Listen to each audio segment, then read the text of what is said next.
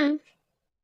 কালো জামকে ইংলিশে বলা হয় ব্ল্যাকবেরি।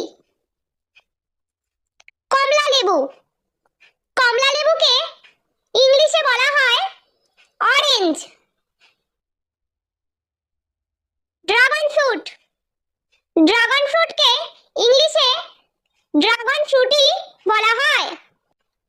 পেঁপে, পেঁপেকে ইংলিশে বলা হয়